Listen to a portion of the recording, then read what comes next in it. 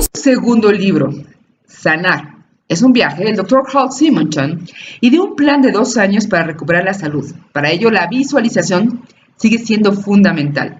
Elabora en 5 meditaciones como parte del trabajo hacia la recuperación. 1. Meditación para cambiar las creencias sobre el cáncer. 2. Meditación para desarrollar la confianza. 3. Meditación para mejorar la comunicación con su sabiduría interior. 4. Meditación como forma de aumentar su seguridad mediante el trabajo con el dolor. 5. Meditación de cómo aumentar su energía para recuperarse disminuyendo el miedo a la muerte. Hasta este punto hemos hablado de la inevitable relación entre la mente y el cuerpo en relación al proceso de autocuración y en la generación de salud. Propusimos distintos ejemplos de cómo nuestros pensamientos, nuestras emociones, nuestros recuerdos influyen de manera fundamental sobre la fisiología de nuestro organismo para sanar, así como para generar las distintas enfermedades que desarrollamos. Evidentemente existen diversos factores y agentes físicos, químicos, biológicos, etc., a los que estamos expuestos, que son productores de enfermedades y deterioro de nuestro organismo. Pero ¿hasta qué grado estás permitiendo que tu sistema inmunológico no funcione de manera precisa para generar las sustancias o anticuerpos necesarios para defenderte de estos agentes externos? Las experiencias cotidianas que vivimos las metabolizamos en el organismo y generan una bioquímica específica. Si la experiencia es percibida como agradable o satisfactoria, puede estimular al sistema inmunológico en nuestro beneficio. Sin embargo, si la experiencia es aterradora o de sufrimiento, ¿qué crees que sucede con tu sistema inmunológico? Efectivamente, cada célula de tu cuerpo resiente esa información. Recuerda que todas las células de tu organismo están escuchando constantemente tus pensamientos y percibiendo tus emociones. Revisemos un interesante estudio de cómo nuestras experiencias vividas influyen definitivamente sobre nuestra bioquímica, sobre el envejecimiento celular, en definitivo, sobre nuestra salud. En 1985, la doctora Ellen Langer, psicóloga y profesora de la Universidad de Harvard, publicó un aviso en el Boston Globe para 100 personas mayores de 70 años a quienes llevaría fuera de Boston a un monasterio para realizar un experimento. Durante 10 días iban a pretender que estaban 30 años atrás. Todas las personas debían tener más de 70 años y por 10 días pretenderían que estaban viviendo 30 años antes, en los años 50. Ya se habían terminado la guerra y tenían todos los diarios. La revista Life, que en esa época era muy popular, había fotos y postales, pósters, música de los años 50, artículos de diarios de los años 50, ropa con la moda de esa época. Todo era esos años y se hablaba solo en tiempo presente. En otra parte del monasterio, otro grupo de 100 personas mayores de 70 años también hablaba de los 50, pero en tiempo pasado. Todos piensan y ponen su atención en los años 50, pero con la única diferencia que un grupo habla de y lo revive en el tiempo presente, y el otro grupo está pensando y hablando de él en tiempo pasado.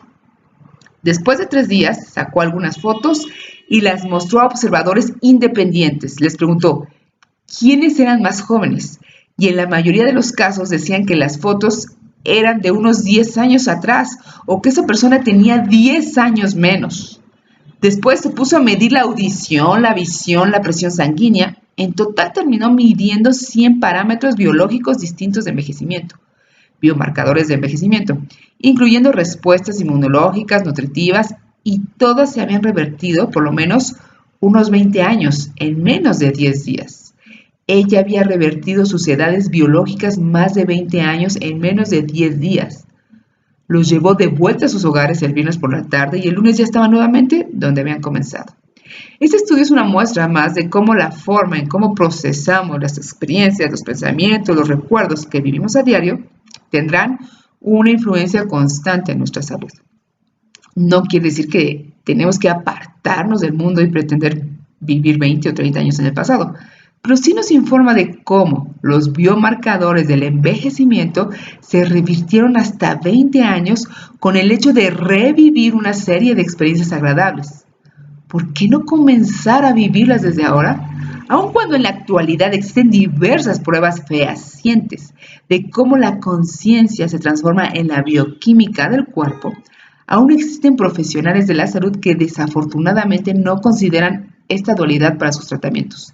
Es por eso que deseamos exponerles situaciones concretas de cómo nuestros pensamientos, emociones, recuerdos y experiencias crean constantemente las reacciones fisiológicas en cada una de nuestras células. A quienes nos dedicamos al campo de la salud, se nos enseña que la bioquímica del cerebro es la que crea nuestros pensamientos, emociones, deseos. Sin embargo, quisiera proponerles otro modelo con el que podamos comprender cómo la conciencia crea la bioquímica, lo que a su vez influye directamente sobre nuestro organismo. Tengo que mencionar que este modelo no es nuevo, viene desarrollándose desde las culturas antiguas, por ejemplo, con el sistema de medicina de la India, el Ayurveda. Hablamos de dos casos en donde algo inmaterial, como lo es la conciencia, los pensamientos, los sentimientos se transforman en algo material.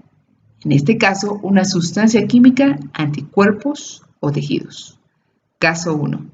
Investigadores de la Universidad de Miami, en la que se estudiaban niños prematuros en la sala de terapia intensiva del hospital de dicha universidad, colocaron a dos grupos de bebés prematuros en cunas cerradas con pequeños orificios, incubadora, y con cada uno de los grupos un investigador.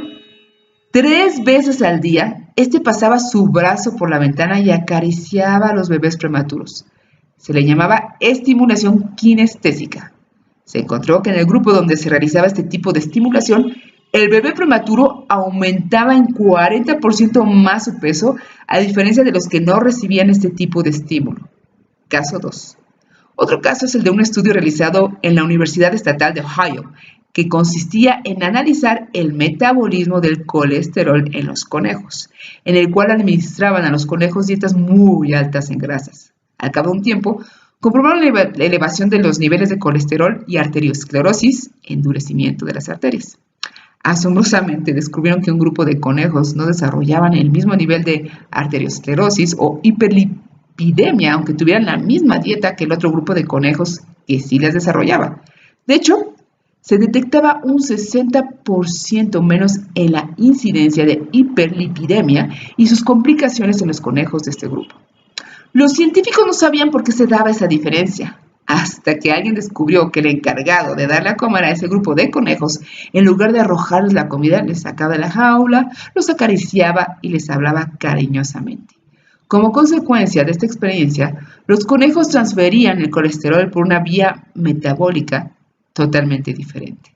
Ejemplos concretos de cómo el organismo y específicamente cada célula escucha, percibe y resiente cada idea, pensamiento y emoción a cada instante de nuestras vidas. Entonces, ¿qué necesitamos hacer para ayudar y apoyar a nuestro organismo en el proceso de autocuración? Obviamente, el tener una actitud positiva ante la vida es muy importante. Sin embargo, no es lo único.